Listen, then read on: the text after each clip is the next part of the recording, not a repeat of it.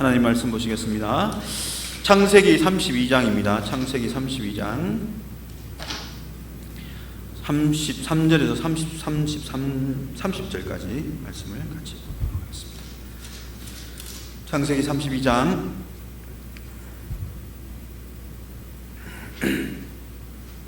3절부터 같이 봅니다. 시작. 야곱이 세일 땅 에돔들에 있는 형 에서에게로 자기보다 앞서 사자들을 보내며 그들에게 명령하여 이르되 너희는 내 주 에서에게 이같이 말하라. 주의 종 야곱이 이같이 말하기를 내가 라반과 함께 거류하며 지금까지 머물러 있었사오며 내게 소와 나귀와 양떼와 노비가 있으므로 사람을 보내어 내 주께 알리고 내 주께 은혜 받기를 원하나이다 하라 하였더니 사자들이 야곱에게 돌아와 이르되 우리가 주의 형 에서에게 이른즉 그가 400명을 거느리고 주인을 만나러 오더이다. 야곱이 심히 두렵고 답답하여 자기와 함께한 동행자와 양과 소와 낙타를 두 떼로 나누고 이르되 에서가 와서 한 떼를 치면 남은 한 떼는 피하라 하고 야곱이 또 이르되 내 조부 아브라함의 하나님 내 아버지의 이삭의 하나님 여호와여 주께서 전에 내게 명하시기를 내 고향 내 족속에로 돌아가라 내가 내게 은혜를 베풀리라 하셨나이다. 나는 주께서 주의 종에게 베푸신 모든 은총과 모든 진실함을 조금 더 감당할 수 없사오나 내가 내 지팡이를만 가지고 이 요단을 건넜더니 지금은 두 때나 이루었나이다. 내가 주께 간구하오니 내 형이 손에서 에서의 손에서 나를 건져내시옵소서. 내가 그를 두려워하면 그가 와서 나와 내 처자를 칠까 겁이 나기 때문이다. 주께서 말씀하시기를 내가 반드시 내게 은혜를 베풀어 내 시로 바다에 셀 수 없는 모래와 같이 많게 하리라 하셨나이다. 야곱이 거기서 밤을 지내고 그 소유 중에서 형 에서를 위하여 예물을 택하니 암염소가 200이요 순염소가 20이요 암양이 200이요 순양이 20이요 전나는 낙타 30과 그 새끼요 암염소가 40이요 황소가 10이요 암나귀가 20이요 그 새끼 나귀가 10이라. 그것을 각각 때에 나누어 종들의 손에 맡기고 그의 종에게 이르되 나보다 앞서 건너가서 각 때로 그리를 두게 하라 하고 그가 또 앞선 자에게 명령하여 이르되 내 형 에서가 너를 만나 묻기를 내가 누구의 사람이며 어디로 가느냐 내 앞에 그것은 누구의 것이냐 하거든 대답하기를 주의 종 야곱의 것이요 자기 주 에서에게로 보내는 예물이오며 야곱도 우리 뒤에 있나이다 하라 하고 그 둘째와 셋째와 각 때를 따라가는 자에게 명령하여 이르되 너희도 에서를 만나거든 곧 이같이 그에게 말하고 또 너희는 말하기를 주의 종 야곱이 우리 뒤에 있다 하라 하니 이는 야곱이 말하기를 내가 앞에서 보내는 예물로 형의 감정을 푼 후에 대면하면 형이 혹시 나를 받아주리라 함이었더라. 그 예물은 그의 앞서 보내고 그는 무리 가운데 밤을 지내다가 밤에 일어나 두 아내와 두 여종과 11아들을 인도하여 야복 나루를 건널세 그들을 인도하여 시내를 건너게 하며 그의 소유가 건너가게 하고 야곱은 홀로 남았더니 어떤 사람이 날이 새도록 야곱과 씨름하다가 자기의 야곱을 이기지 못함을 보고 그가 야곱의 허벅지 관절을 치매 야곱이 허벅지 관절이 그 사람과 씨름할 때에 어긋났더라. 그가 이르되 날이 새려 하니 나로 가게 하라. 야곱이 그러되 당신이 내게 축복하지 아니하면 가게 하지 아니하겠나이다. 그 사람이 그에게 이르되 내 이름이 무엇이냐. 그가 이르되 야곱이니이다. 그가 이르되 내 이름을 다시는 야곱이라 부를 것이 아니요 이스라엘이라 부를 것이니 이는 내가 하나님과 및 사람들과 괴로워 이겼음이니라. 야곱이 정하여 이르되 당신의 이름을 알려주셔서 그 사람이 이르되 어찌하여 내 이름을 묻느냐 하고 여기서 야곱에게 축복한지라. 그러므로 야곱이 그곳 이름을 브니엘이라 하였으니 그가 이르기를 내가 하나님과 대면하여 보았으나 내 생명이 보존되었다 함이더라. 아멘. 오늘은 임계점을 넘는 기도라는 제목으로 말씀을 잠시 나누도록 하겠습니다. 20년 만에 하나님께서 베델로 가라는 말씀을 하시고 그 말씀에 순종한 야곱은 집으로 돌아오는데 걱정거리가 하나 생겼습니다. 그 걱정거리가 뭐냐? 바로 형 에서를 만나는 것입니다. 형 에서를 피해서 사실 삼촌 라반의 집에 갔습니다. 그런데 바로 다시 집으로 돌아오는 길에 형을 만나야 된다는 것은 걱정거리가 되지 않을 수가 없습니다. 왜 걱정거리가 되느냐? 바로 형이 아직까지도 그 분과 화가 풀리지 않으면 자기 자신뿐만 아니라 자기 사랑하는 아내 또 사랑하는 자식들까지 죽임을 당할 수 있는 그런 두려움이 있기 때문에 걱정이 되는 것입니다. 이런 큰 걱정거리를 두고 있는 이 야곱은 인간으로 생각할 수 있는 모든 방법을 사용하는 것이 오늘 본문에서 나타나고 있습니다. 첫 번째로 그가 하는 일은 무엇이냐? 바로 인간적인 방법을 생각하고 그 방법을 모두 사용하고 있습니다. 그의 머릿속에 떠오른 모든 방법들을 가지고 행동에 옮기려고 합니다. 그래서 오늘 본문에서는 세 가지를 이야기하고 있는데, 두 번째로 그가 하고 있는 것은 바로 인간의 방법이 아닌 하나님께 은혜를 구하는 방법을 사용하고자 하는 것을 볼 수가 있습니다. 그게 뭐냐면 바로 기도라는 것입니다. 20년 동안 자기와 함께 하셔서 도우셨던 그 하나님, 또 무엇을 하든지 어느 곳에 있든지 어디를 가든지 함께 하신다고 약속하신 그 하나님, 또 20년 동안 그 기도에 응답하실 뿐만 아니라 내가 끝까지 너를 지키겠다고 약속해 주신 그 하나님 앞에 기도하는 것입니다.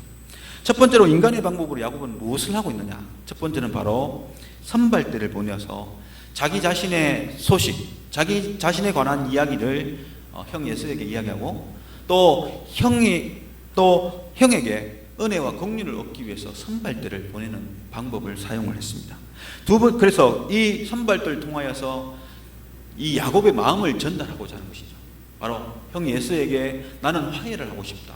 나는 진정한 마음으로 형과 좋은 관계로 회복하고 싶다. 그 이야기를 전달하려고 선발대를 보내어서 화해의 손짓을 하는 모습으로 그가 생각한 인간의 방법을 사용합니다. 두 번째로 그가 하는 방법은 뭐냐면 바로 형을 위해서 어마어마한 선물을 준비합니다. 오늘 이 본문을 보시면은 야곱이 준비한 선물이 굉장히 많은 것을 봅니다.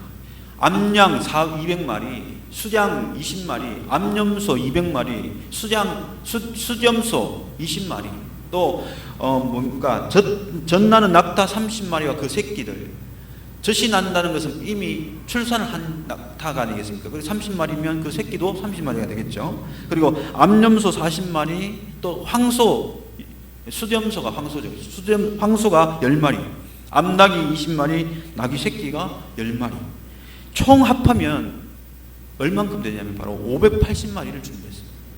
어마어마한 이 짐승들을 형을 위해서, 형의 마음을 녹이고 형의 마음을 바꾸고 형과 화해하고 싶어하는 마음으로 어마어마한 선물을 준비한 것이 바로 두 번째 인간적인 방법을 준비한 것이고요. 세 번째 방법은 뭐냐면 대피할 방법을 모색을 했습니다. 그 방법이 뭐냐면 바로 자기의 전 재산과 자기의 가족들 두 때로 나눕니다. 그래서 한때가 공격당하면 한때는 도망가는 방법을 취하게 된 것이죠. 형이 만약에 이 분을 삼키지 못하고 자기를 향해 싸움을 걸어오거나 자기를 죽이러 온다면 두 때가 다 전 가족이 다 살지 못하기 때문에 한때는 살리고 한때는 희생을 하자는 그 생각을 가지고 있습니다. 왜냐하면 야곱의 무리는, 야곱이 이끄는 이 가족들은 정말 큰 무리고 큰 대가족입니다. 오늘 본문에서도 알 수 있듯이 580만이라는 이 선물을 한다는 그 자체는 그보다 더 많은 재산을 가지고 있는 것을 우리는 상상해 볼 수가 있습니다.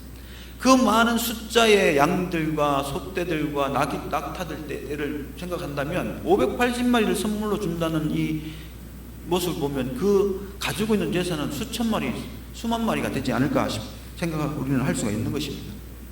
우리나라의 정주영 회장도 이북에 선물한다고 소를 몇 마리 보냈습니까? 500마리 보냈잖아요. 그가 얼마나 재산이 많으면 그냥 선물로 500마리를 보내겠습니다. 우리 일반인은 500마리는 엄청난 숫자죠. 한 마리에 1,000만 원 하는 소라고 생각하면 500마리면 50억입니다. 맞습니까?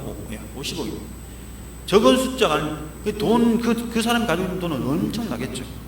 최근에 이중근 부영그룹 회장도 자기 고향에 있는 사람들, 그리고 자기 동창들, 고향에 있는 자기 고향 사람들 280명, 그리고 자기 동창들, 초, 중, 고등학교 동창들 90여 명에게 돈 1억씩 준 그런 선물한 모습을 보여줍니다. 인터넷을 찾아보니까 이 이중근 회장의 재산이 2조 1천억 정도라고 합니다. 그러니까 이 1억이라는 어마어마한 돈까지도 친구들에게, 고향 어른들에게 선물로 줄 수 있는 그런 모습을 보이지 않습니까? 이만큼 어마어마한 재산을 야곱이 가지고 있는데 피신할 방법은 같이 몰려다니면 다 죽는 거죠. 그래서 두 떼를 이뤄서 한 떼가 공격당하면 한 떼는 도망가겠다는 그런 인간적인 방법을 준비하고 있습니다. 어떻게 해서든지 야곱은 이 모든 이 걱정거리를 해결하기 위해서 모든 인간적인 방법을 총동원하고 있는 모습을 보여주고 있습니다. 어떻게든 해결하고자 하는 인간적인 모습. 그러나 이 인간적인 모습 속에 어떤 면이 있냐면 바로 그가 형을 만나면 큰 일을 당한다는 이 두려움이 있기 때문에 그렇습니다. 오늘 우리도 이 땅을 살아가면서 여러 가지 상황 만날 때에 우선 하는 행동이 뭡니까? 사람의 방법을 생각을 하죠. 우리가 할 수 있는 모든 방법을 머리로 짜내고 생각해냅니다. 그래서 정보를 찾는 사람도 있고 또 도움을 요청할 수 있는 기관과 또 친구와 또 도움을 요청할 수 있는 지인들을 찾는, 나를 정말 잘 도와줄 수 있는 사람을 찾는 것도 있고요. 또 다양한 여러 가지 방법으로 내가 이 어려움을 이겨낼 수 있고 이 문제를 풀 수 있는 방법들을 인간적인 방법으로 모든 수단을 간구해서 그 방법을 추구하는 모습들도 보입니다. 그런데 오늘 우리가 분명히 생각해야 될 것은 인간적인 방법이 참으로 중요하지만 그러나 인간적인 방법만 가지고 열심을 내는 것은 결코 신앙의 모습이 아니라는 것입니다. 세상 사람들이 하는 것처럼 인간적인 방법만 찾는 것은 결코 믿음의 사람의 삶이 아닙니다. 오늘 야곱도 인간적인 방법만 사용했느냐? 그렇지 않습니다. 이 야곱을 보면 인간적인 방법을 다 동원하고 난 후에 그 다음에 그것으로 끝난 것이 아니라 또 자기를 돕는, 자기와 함께 하시는 전능하신 하나님을 의지하고 그 하나님께 도움을 요청하는 방법을 찾습니다. 그게 바로 기도로 하나님께 나가는 그 모습입니다. 다시 말하면 인간적인 방법도 동원하고 있지만 또한 더 확실한 은혜를 주신 그 하나님의 도움도 얻고자 은혜의 보좌 앞에 나간다는 것입니다.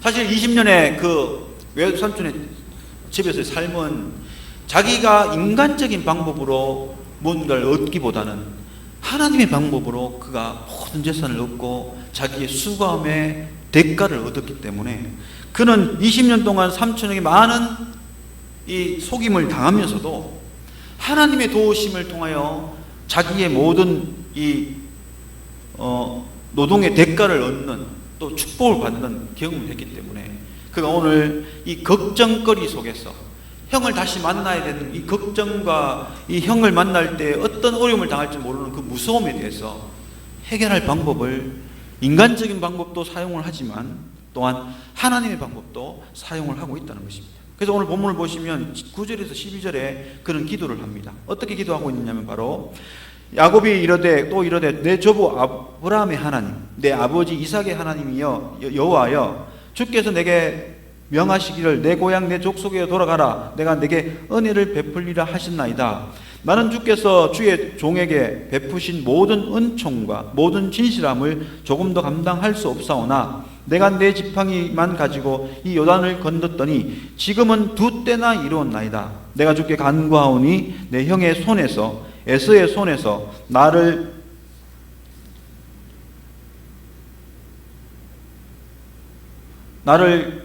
건져내시옵소서. 내가 그를 두려워함은 그가 와서 나와 내 처자를 칠까 겁이 나기 때문이다. 주께서 말씀하시기를 내가 반드시 내게 은혜를 베풀어 내 시로 바다에 셀 수 없는 모래와 같이 많게 하리라 하셨나이다 라고 말씀하고 있습니다. 바로 이 하나님께서 자기에게 약속하신 그 말씀, 은혜를 베풀겠다, 또 너와 함께 하겠다, 내게 약속한 모든 것을 이룰 때까지 너를 떠나지 않겠다, 그리고 내 시로 바다에 셀 수 없는 모래와 같이 많게 하겠다는 이 약속을 근거로 하나님 앞에 도움을 청하고 있는 것을 볼 수가 있습니다. 뿐만 아니라 이 기도로 마치고 그냥 마는 것이 아니라 오늘 24절에 가서 그 모든 가족들을 약복 강가에 건너 보내고 그 약복 강가 앞에서 그는 끝까지 하나님 앞에 실험하며 기도하는 모습을 우리에게 보여주고 있습니다. 오늘 이 본문에서 홀로 남아서 하나님께 기도하는 이 모습 속에 오늘 이 대전 한빛교회 그 기도학교의 내용에 보면 인계점을 넘는 기도로 돌파하라는 그 말씀이 있습니다. 그 주제가 있습니다. 바로 인계점은 바로 만약에 물의 인계점은 100도입니다. 100도가 넘었으면 그 물은 더 이상 액체로 남아있지 않고 기체로 바뀌어집니다. 마찬가지로 이 임계점을 넘는 기도는 뭐냐면 바로 인간이 할 수 있는 그 한계를 뛰어넘는 기도를 해라는 것입니다. 오늘 야곱은 밤이 새도록 그는 하나님께 축복을 해주지 않으면, 응답을 하지 않으면 내가 기도를 멈출 수 없다면서 계속 기도하는 모습을 보입니다. 어떤 사람과 씨름을 하는데 새벽이 날이 새려고 할 때에 나를 보내달라고 할 때 이 야곱은 뭐라고 요청을 하냐면, 내게 응답할 때까지, 내게 축복할 전까지는 내가 가게 하지 않겠다고 그렇게 이야기합니다. 다시 말하면 그 기도의 끈을 놓지 않고 계속해서 하나님 앞에 응답을 달라고, 축복을 해달라고 기도하는 것입니다. 응답이 주어질 때까지, 축복이 임할 때까지 그는 그 기도의 자리를 놓지 않는 것을 봅니다. 사랑하는 성도 여러분, 오늘 우리가 기도할 때에 오랫동안 응답의 그 은혜를 기다리면서 기도할 때에 참으로 한참 밤새 기도하면 얼마나 힘듭니까? 몸에 사지가 뒤틀리고 다리에 쥐가 나기도 하고 잠이 오기도 합니다. 그럼에도 불구하고 그 기도를 놓지 않고 끝까지 임계점을 넘어가는 그 기도를 할 때에 오늘 하나님이 놀라운 은혜를 경험할 수 있게 되는 것입니다. 오늘 이 야곱은 응답이 주어질 때까지 기도의 끈을 놓지 않는, 참으로 기도의 생명을 걸고 기도하는 모습을 우리에게 보여줍니다.